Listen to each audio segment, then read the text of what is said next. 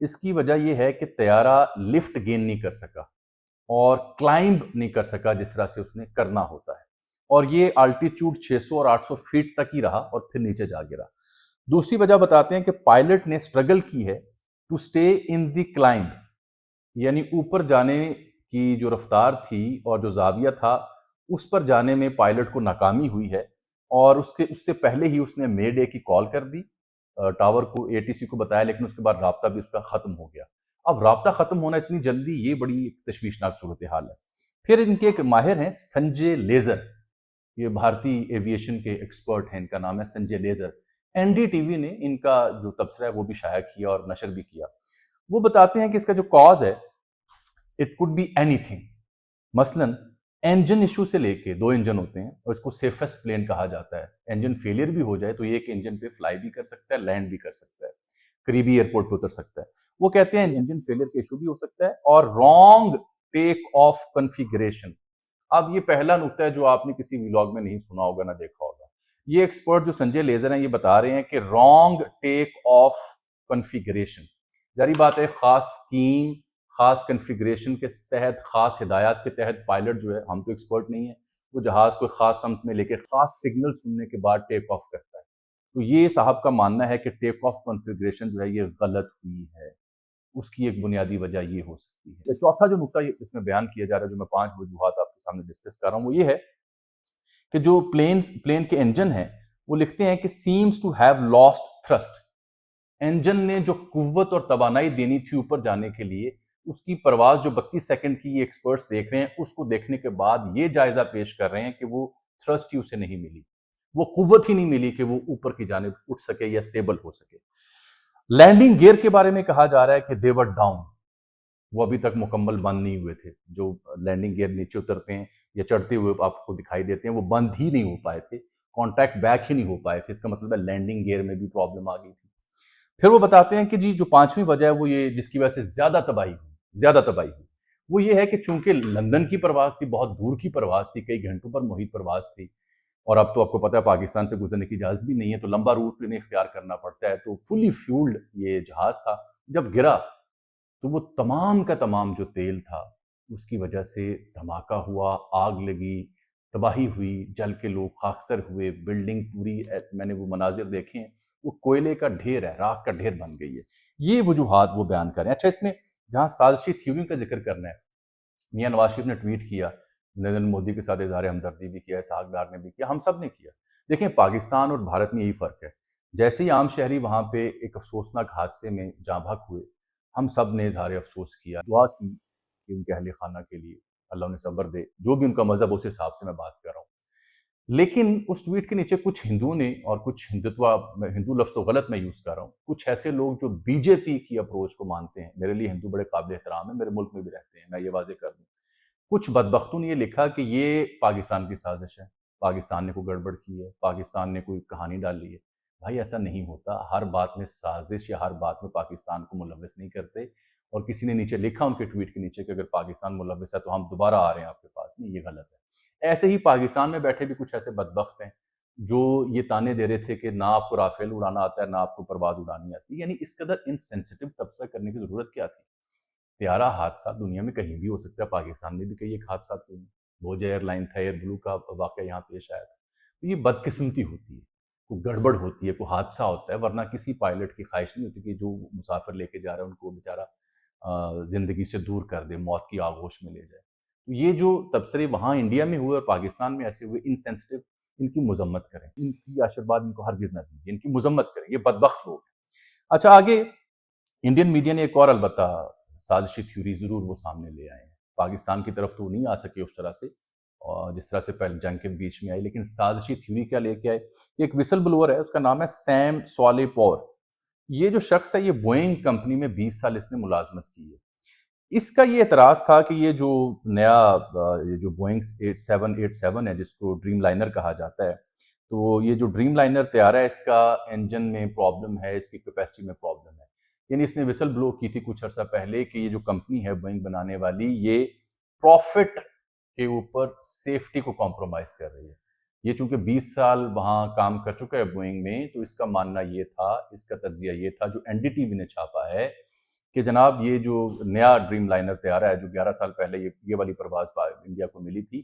اس کے اوپر جو پروفٹ ہے اس کو فوقیت دے رہی ہے، اس کو ترجیح دے رہی ہے یہ کمپنی جو طیارے دنیا بھر کو دے رہی ہے، حالانکہ ان کو سیفٹی کے بارے میں کنسرن ہونی چاہیے، اس کی سیفٹی میں پرابلم ہے۔ یہ اعتراض انصاف کا جس کو لے کر کے تھوڑا بہت انڈین میڈیا نے چرچا کیا، اور بلکہ جو ریپبلک ٹی وی ہے وہ جو ارنب گوسوامی والا ہے جہاں پہ بہت شور ہوتا ہے، میں نے وہ بھی دیکھا،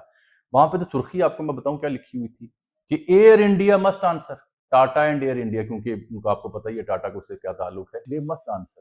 تو وہ دیکھ کے مجھے حیرانی ہوئی کہ ابھی سے یہ ان سے جواب مانگ رہے ہیں۔ شکر ہے کہ ارنب گوسوامی کے ٹی وی نے پاکستان سے جواب نہیں مانگا، یہ بدبختی بھی وہاں کسی وقت بھی آ سکتی ہے۔ جو ایک صاحب تھے آکاش واتسا،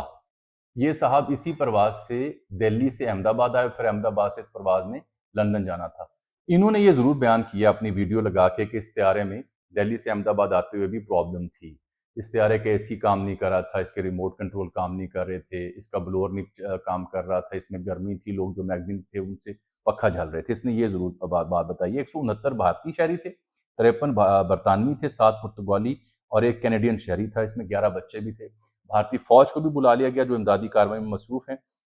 اور ایک خبر جو میں نے آپ کو بڑی اہم دینی ہے، یہ ذمہ داری سے میں آپ کو بتا رہا ہوں، انڈین میڈیا کے مطابق وہ کہتے ہیں کہ جو انڈین ایئر لائن کو چلانے والے پائلٹس ہیں پورے بھارت بھر میں، انہوں نے پچھلے 2 ماہ کے اندر 15 نوٹسز بھیجے تھے، 15 بار شکایات کی تھیں جہازوں کے حوالے سے، ان کے مسائل کے حوالے سے، لیکن جو ان کی ایویشن اتھارٹی ہے، جو محکمہ ہے، اس کے کان پر جوں تک نہ رینگی۔ اس بنیاد پر ریپبلک ٹی وی ارناب والا جو ہے وہ کہہ رہا ہے کہ ایئر انڈیا مسٹ آنسر،